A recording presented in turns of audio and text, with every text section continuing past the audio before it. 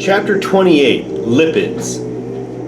Lipids are the molecules that we think of when we think of fats. Lipids are not water soluble. They do not dissolve in water, which is why water and oil make separate layers. And they hold very important biological functions in the body. They are composed primarily of nonpolar alkyl groups, and so fatty acids. And we use the term hydrophobic, which means water-fearing, to designate the fact that they do not dissolve in water. They don't make effective interactions with water and don't dissolve in water. So one of the most common components of lipids are fatty acids. And again, a fatty acid is just a really long chain carboxylic acid. Here we see butyric acid is still one of the carboxylic acids we talked about earlier with, it came from rancid butter. And this one is still small enough that it's soluble in water. Once we get to about 6 carbons with caproic acid, which is found in goat's fat, now solubility is going down, and at 8 carbons, caprylic acid, which is also found in goat's fat, solubility is heading towards 0 pretty rapidly. And once we get to 12 carbons, like you see here with lauric acid, now it's not soluble in water whatsoever. Also, we see the melting point going up. And so we go from oils, which will be liquid at room temp, to solid fats. And this is saturated fatty acids that have no double bonds whatsoever. And here's unsaturated fatty acids that do have double bonds. So whereas the saturated fatty acids are sourced from animal, like goat fats, and down here a lot of these are found in beef fat, the unsaturated fatty acids come from plants. And so here we have the plant oils.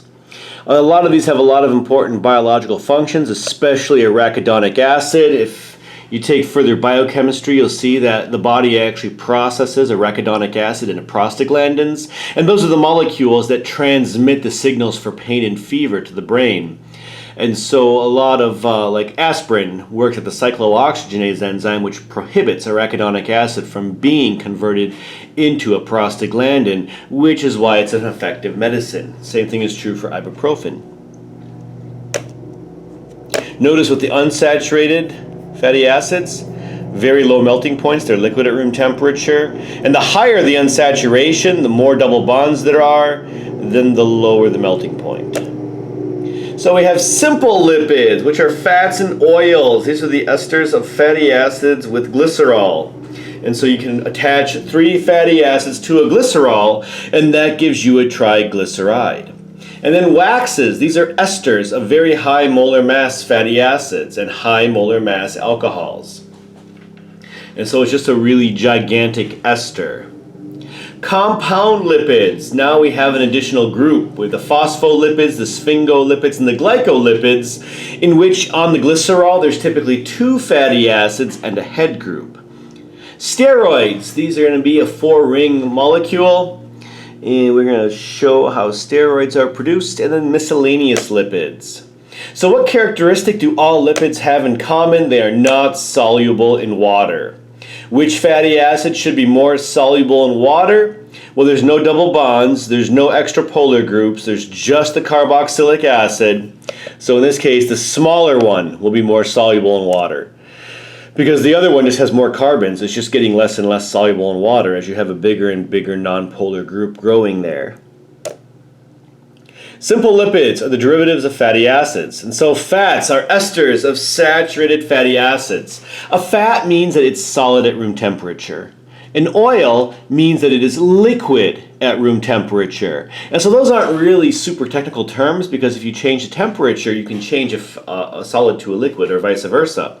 And so generally fats are, if it's at normal, reasonable room temperature and it's a solid, we call it a fat. If it's a liquid at room temperature, we call it an oil. And that typically takes some unsaturation to make it a liquid at room temperature. And again, waxes are not based off of glycerol and fatty acids. They're actually just super ridiculously gigantic esters that have a huge carboxylic acid component and a huge alcohol component that have combined together to make a really, really, really big ester.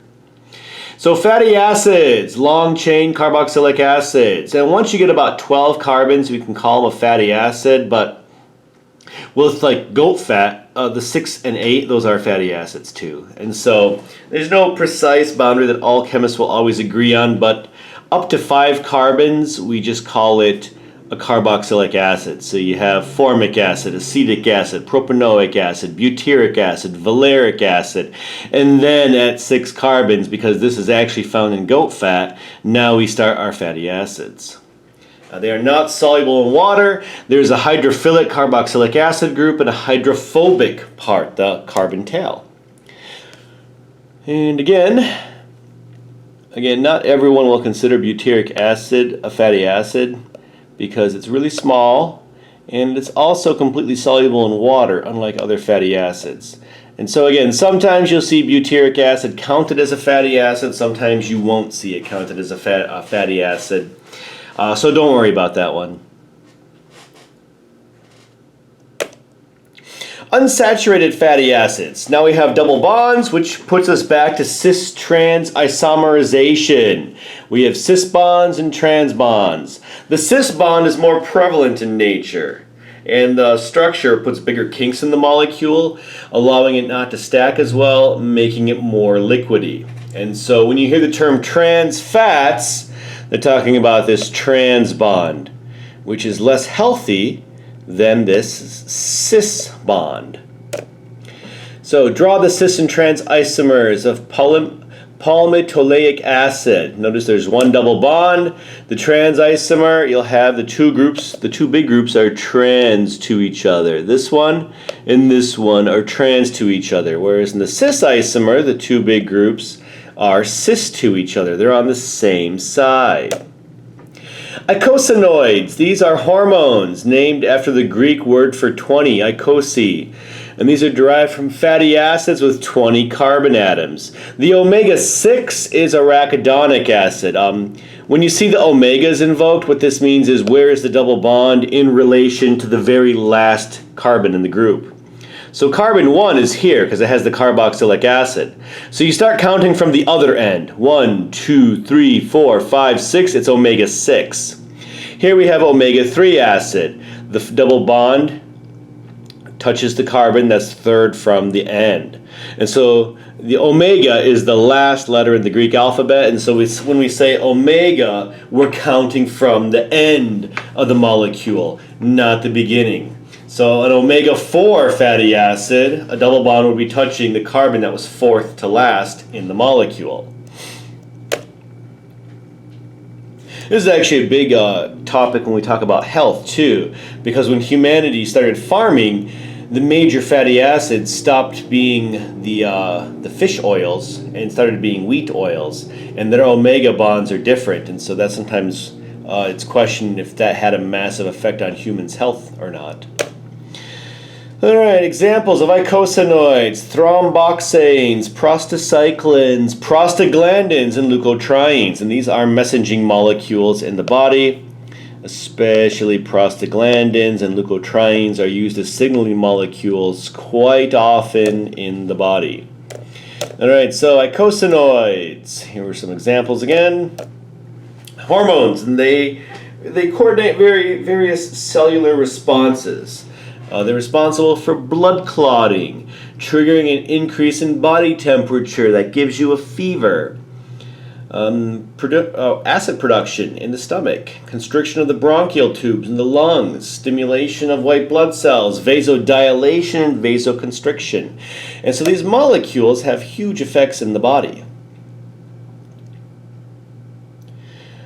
Also, they produce prostaglandins, which can invoke fevers and inflammations. To stop that, we have nonsteroidal anti-inflammatory drugs, NSAIDs, and they block the oxidation of arachidonic acid, which in turn prevents the formation of prostaglandins and thromboxanes.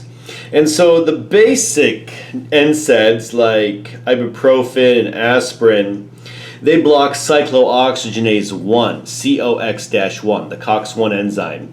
And that enzyme is essential. It's necessary for housekeeping functions in a cell, so you can't take those medicines for too long. You notice effects. The super aspirins, those were based on a theory that they were selective for the cyclooxygenase 2 enzyme, which there's a theory that it's only produced in response to damage in the body. And so a lot of medicines were purposely developed trying to avoid inhibiting cyclooxygenase 1 and just directly attack cyclooxygenase 2 so that you don't block a cell's normal housekeeping functions. So like for example with aspirin, if you take too much aspirin for too long, you can get a stomach damage because it's blocking the stomach from maintaining itself.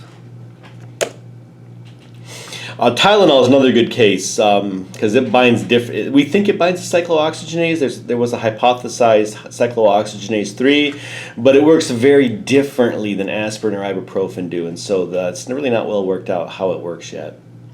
Fats and oils. These are triester derivatives of glycerol. So here we see glycerol and 3 fatty acids to make our triglyceride. This is your standard fat storage in an animal. So you have your 3 fatty acids attached to glycerol, which is 3 carbons with 3 OH groups, and we get a triglyceride.